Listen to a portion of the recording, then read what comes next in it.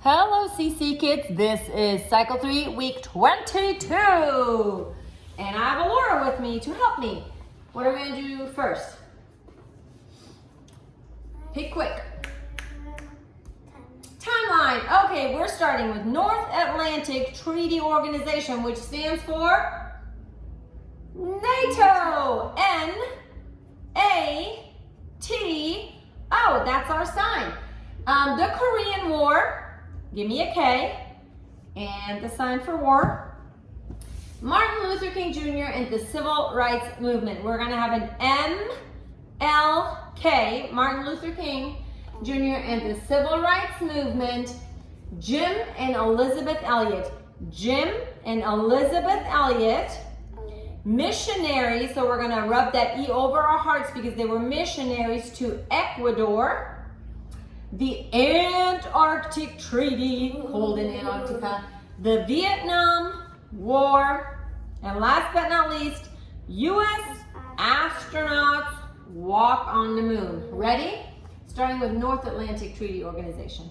North Atlantic Treaty Organization, the Korean War, Martin Luther King Jr. and the Civil Rights Movement. Jim and Elizabeth Elliot, missionaries to Ecuador, the Antarctic Treaty, the Vietnam War, U.S. astronauts walk on the moon. Nice. What's next?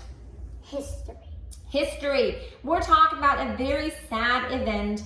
So the song is very solemn and sad.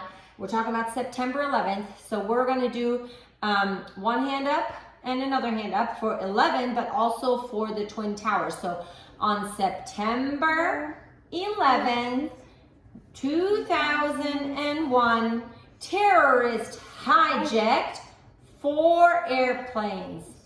They flew 2 into, and then we're going to, out of those 2 twos, we're going to make another tower. 2 into the World Trade Center in New York City, and 1 into the Pentagon in Washington, D.C. The 4th plane crashed to a Pennsylvania field on September 11th, 2001. Ready? Tell me about September 11th, 2001. On September 11th, 2001, terrorists hijacked 4 airplanes. They flew 2 into the World Trade Center in New York City, and 1 into the Pentagon in Washington, D.C.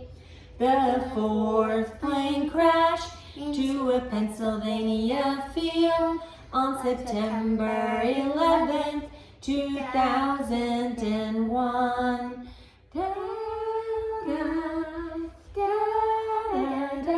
Okay, what's next? Science, geography, math, Latin, or English? Let's do geography. Geography, we are talking about U.S. deserts, not to be confused with U.S. desserts. That would be a fun one to learn too. This is U.S. deserts. We have the Mojave Desert. We have the Sonoran Desert. We have the Colorado Desert. We have the Painted Desert. I wonder who painted it. And we have the Great Salt Lake Desert right next to the Great Salt Lake in Utah. And we are singing it to the melody of Rise and Shine, and it goes like this. U.S. deserts, Mojave Desert, Sonoran Desert, Colorado Desert, Painted Desert, Great Salt Lake Desert. These are the U.S. deserts. Okay, what else? Math, Latin, science. Let's do science. science. In science, we are learning another theory, the theory of intelligent design. So last week we learned the theory of evolution. And that's like when you This go is- to a beach. And We can talk about that in a little bit, but this is the theory of intelligent design. And the theory of intelligent design relies on this, on the belief that life began as a result of intention and purpose. So last week, the sentence was almost the same. What was the belief? That life began as a chance combination of non-living things. So basically, if you like go to a beach and you see a pile of rocks stacked up, you would think. What would you somebody- think? Would you think, Huh. the waves must have just swept him like swept them in a chance moment and just made like a. and made a stack? Or do you think Or do you somebody think with somebody- intention and purpose put them together? That's kind of what we're talking about. Okay, this is going to the melody of Amazing Grace, and it goes like this. What does the theory of intelligent design rely on? The theory of intelligent design relies on the belief that life began as a result of intention and purpose. Good job. We have math and Latin left. Let's Oh, and English.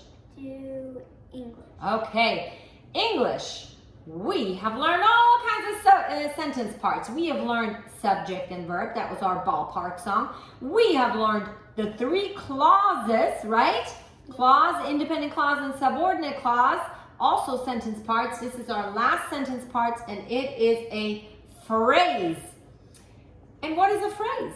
A phrase is a group of words, that sounds familiar, is a group of words that does not contain both a subject and a verb. So a clause has to contain a subject and a verb. A phrase does not contain a subject and a verb. And it may be used as a single part of speech. For example, if I would say, to the beach, is there a subject? No, nobody's gone to the beach. Is there a verb? No. But to the beach is a phrase. It's there. It's in English grammar, but it does not contain both a subject and a verb. Okay, we are doing this to the song Hey Ho. It goes like this. What's a phrase? A phrase is a group of words that does not contain both a subject and a verb and may be used as a single part of speech. That is the answer to the question, what is a phrase? Good job. We have math and Latin left. What do you think? Math and Latin. Let's do Latin. Latin. In Latin, we are learning John 1:7.